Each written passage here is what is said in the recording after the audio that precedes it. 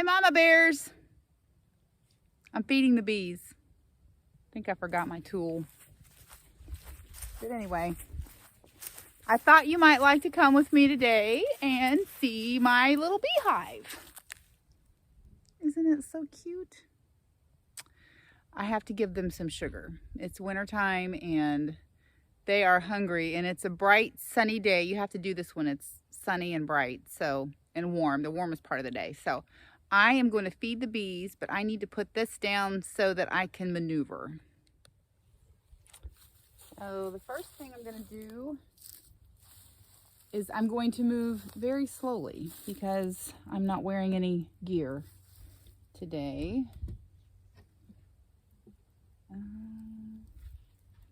Let's see. Well, I don't know that they need anything right now. There's the bees. If you can see them down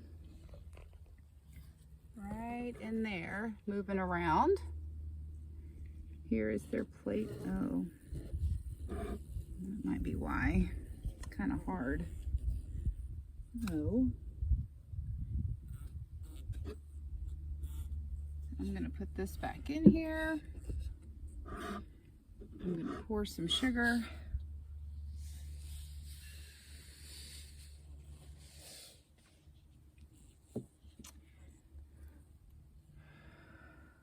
So hopefully you can see them down in there working. They're kind of quiet right now because it's winter and they're not a full hive, but when spring comes and I start working with them again, I will do a video on beekeeping. So, because I'm not an expert, so I'll just tell you what I know. So we have a rogue chicken that I cannot catch to save my life. There's a bale of hay in here and she has made the cutest little nest. And so every day I come out and I will find a little green egg that she has laid. So if I find one, I will show you. I wanted to do an episode on chickens. I love my chickens. This is a homestead video that I'm going to be doing Weight Watchers on Wednesday video, and Saturday I'm going to do a homestead video. I've decided to start doing that. So I wanted to do this because my heart is to do homesteading videos. It always has been, to help people with my experiences. I grew up in suburbia. My husband grew up in suburbia. We had a large lot, but we couldn't have chickens or goats or anything because we were in a village. So I wanted to do what I wasn't able to do when I was growing up. Once we had our kids or some of our kids moved out here when they were very little, and we have just had a ball with it. Now there's been a lot of frustration at times, but for the most part, it has been very rewarding. So I wanted to first start off with, why do we do chickens? Because chickens are fun. They're beautiful. They can tend to make a lot of noise, especially if you have a rooster, but they're just fun. And most of the time you don't even know they're there. If you keep them contained, you can better guard them and gather their eggs easier. If some people just let them run wild, and in the night they'll roost like in trees or bushes or things, but we keep ours contained for the most part. We have a huge chicken yard, so they have plenty of grass and bugs and things to walk around and get and eat, so they're free range, but they are protected with a barrier, a fencing. We do have some of our chickens separated for eggs, so some of my newer chickens, they're going to start laying here soon. As a matter of fact, I have one chicken, an Easter egger, and she lays me one green egg a day. These are the cutest little things. Why wouldn't you do chickens if you can do chicken? They're green eggs, yes, green eggs in hand, you can have it. Maybe the eggs inside aren't green, but the shell is, and they're just adorable. You can get chickens that lay, I have a Moran, which is a dark chocolate brown egg. I have the Easter egger, which is green. There is one that lays a pink egg. My friend has that.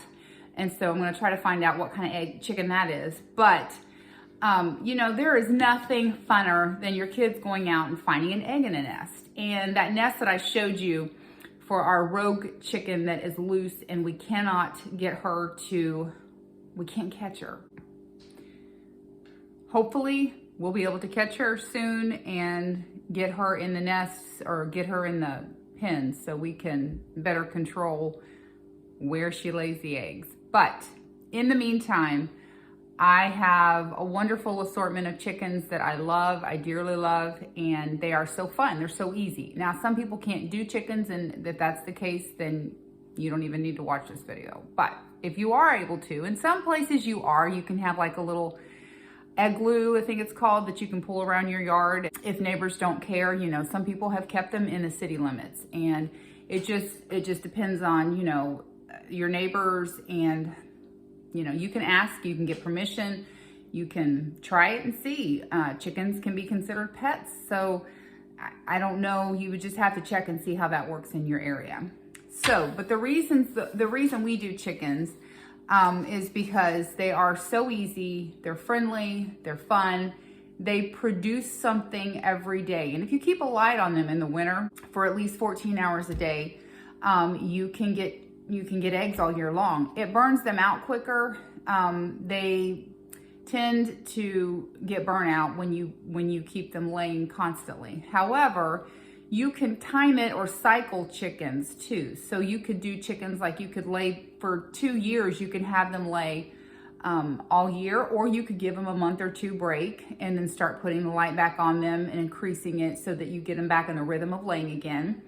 You could do it for 2 solid years and then just get fresh chickens, you know, before you either have them butchered or give them to a friend or advertise them on Craigslist. You know, a lot of people just like to have chickens around, you know, and if you put them on Craigslist or wherever, some people will take them for nothing or, you know, just come pick them up for you. And then you can start a whole nother cycle with fresh chickens.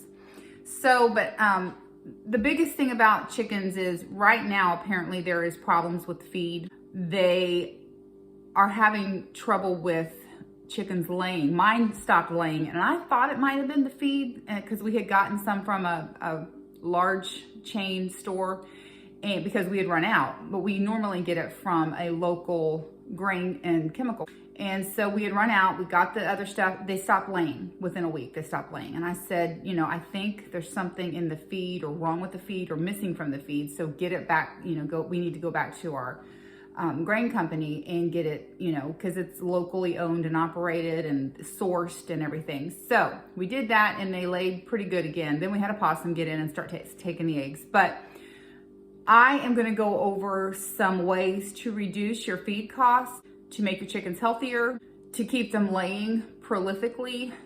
Some chickens lay more than others. You know, there's certain breeds lay, you know, more eggs in a year than other breeds do. But I really like having the chickens that have the pretty eggshells because it's fun, you know, it's fun to me. Like I said, most of things are psychological. So anyway, I just wanted to go over some ideas that you can do to reduce your feed cost, make your chickens healthier, and not be at the mercy of, you know, grain producers, you know, putting things in it, because you don't really know unless you get a microscope out or you have it tested third party. You don't really know what's in their feed. You are at their mercy. So, but if you feed them yourself or if you supplement feed them, you know they're getting stuff that you have made or formulated. Pardon the glasses. My new ones are coming today. So anyway, so things that you can do to make your chicken feed costs less is, first of all on the list, if you're going to feed them a commercial feed, ferment it. So what that means is you ferment their food in water for 3 days. Then you feed them what you started 3 days ago, which is fermented by then. What it does is it breaks down a lot of the nutrients and things that are in it that is hard for them to assimilate unless you have broken it down in water. So you break it down, they get more nutrition, they get more of what's in the feed, they get more of the calcium, whatever. when you ferment their food. It just does that. That's the way it acts. I know if you ferment certain grains, it breaks down the phytates and the lignans, which can cause, you know, gut problems in people, so they say. If you ferment the chicken food, it goes farther because you don't have to feed them quite as much, because it's not like they're gobbling up all this dry feed and then just, you know, excreting it. And a lot of the nutrients just go out in their poo. So fermenting their feed, you're supposed to give each bird a 1/4 pound of feed a day. You could reduce that a little bit per bird if you're fermenting it. And so what I have done, what I'm getting ready to start doing again, is I am going to get 3 containers. And the first container, you know, put water in it, you know, fill it to the top with about maybe 1 or 2 inches above and beyond what it is in the container. Set it aside. The next day, I'm going to do another container that way. Set it aside. The next day, I'll do another container. Set it aside. Then, you know, I've been giving them dry food for the last 3 days while I'm doing this. But then on that 4th day, I will give them the first container that I fermented that has been fermented for 3 days. And then I'll start rotating it and keep on a rotational cycle of, you know, you empty that one out, fill it again, put water in it, in 3 days it's ready. And then the next day you give them day 2. I know that probably is confusing, but I think you know what I mean. And you can probably find somebody that can explain it a little bit better. And what I might do is, when I get further into the chicken thing, actually show you what I'm doing. So that being said, the next thing you can give them is scraps. Chickens love scraps. They love watermelons. You know, if you give them a watermelon rind, they will literally eat all the flesh inside the watermelon rind and leave it like a 1/16 of an inch of the outer shell. They will eat that. They'll peck it until it's all gone. Pumpkins, pumpkin seeds. You can cut them in half, give it to them whole. They will peck all the insides out. Squash, zucchini. I'm actually planting a garden for my animals this year because there's so many things in it that is so nutritious for them, will reduce my feed costs, and I know what I'm feeding them. It's organic food, and it doesn't have to be flawless. It can have blemishes and everything else because we're not eating it. Third thing is mealworms. So that's more of a supplemental feed because it's expensive. However, you can grow mealworms. I am not doing anything on that right now, but you can look up how to grow your own mealworms and see the process and everything. Kind of involved a little bit, and I'm not ever going to do that, but I wouldn't mind going out and collecting, you know, red worms or looking under rocks or whatever, because a lot of times you can find huge ones. Soldier fly larvae, you can also look that up. It's kind of involved, kind of have to have a system going, but chickens love it. It's a good source of protein. You know, that's also something you can do. You can shoot a possum. I know this sounds gross. You can shoot a raccoon, and you can, if it's in season, I guess, you can skin it, throw it to them. They will eat it down to the bones. They won't eat the bones, but they will eat it down to the bones. Give it to them fresh. I would not give them anything rotted, roadkill, nothing like that. But where we live, one of our sons goes out and comes back with a squirrel every once in a while. And so I'm just like, I don't feel like making squirrel for dinner. As a matter of fact, I think I've only done it once, and that was years ago. So that can go to the chickens. That can go to the dogs. Dogs can have meat with bone in it as long as it's not been cooked, if it's raw bone. And that's actually healthy for them because it has the calcium, it has the bone marrow, it has, you know, a lot of things that dogs need. So that's also a possibility. Grass, if you cut your grass, give them grass clippings. If they are in an area where they do not have grass, that gives them fresh bedding. It gives them bugs in the grass. It gives them grass to eat because they will eat grass. They are omnivores, which means they'll eat meat, they'll eat veggies. So you can do the grass. One other way that's really good at reducing feed, making sure that they're healthier, let them free range during the day. Put them up at night. They will learn it when dusk comes. They will go into their shelter because they know that's where it's safe. They have their bar that they can grab onto, and they know their food and their water's in there. So they will free range during the day. You can let them out after they've laid their eggs. Let them free range, and if you clip one of their wings, all the feathers off one of their wings, they can't fly over any fences or anything. You have to stay on top of that though. So, you know, clip their wings so they can't get out. Garden scraps, if you can, if you eat stuff from your garden, you know, I know this is seasonal, but you can throw it out to them. If you have canned goods that, you know, you're not sure about, or they've kind of expired, open them up, drain the water, or give it, you know, put them in a bucket and just dump it in there and let them have it. They will love it. You can also feed them eggshells, which is what I do. I save all my eggshells, put them in my air fryer on dehydrate for 5-10 minutes, and then I put them in my Ninja Bullet, or I put them in a food processor, crush them up, and I store them all winter because they don't need it as much when they're not laying, and they didn't lay this winter. I did not put a light on them. So I will feed them those eggshells now that their spring's coming, and I'm putting a light on them so they'll start producing, because I don't want to pay $6 a dozen for eggs. We actually have a neighbor that I get them for $3 a dozen right now, but I want to have my own. So I have been stockpiling all their eggshells, and I will feed that to them in their feed. You can also, if you have excess eggs, you can scramble them or boil them. I wouldn't give them to them whole, just because if they get a taste of raw egg, that can cause them to start eating eggs. And chickens that eat eggs, you know, they'll do it every time. You almost have to just get rid of them for them to stop eating eggs.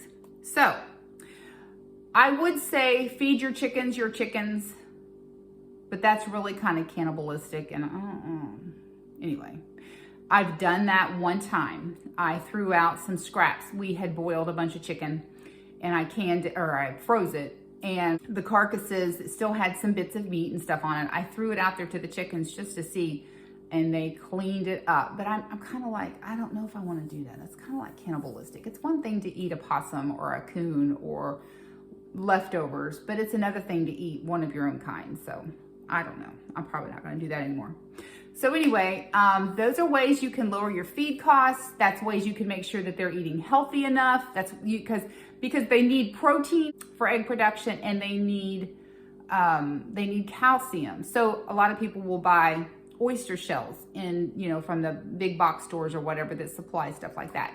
And that's great, but if you can use your own eggshells, why wouldn't you? Because you're just throwing them away. Why would you throw a good source of calcium for your chickens away and then go buy it at the store where you don't know exactly what's in it? So I'm not saying that there's, all kinds of bad stuff in it. I'm not saying that at all, but you don't know. Who knows? So that's what we do with feeding our chickens. That's why we do it. We love doing it. I probably have forgotten about 9/10 of what I was going to say.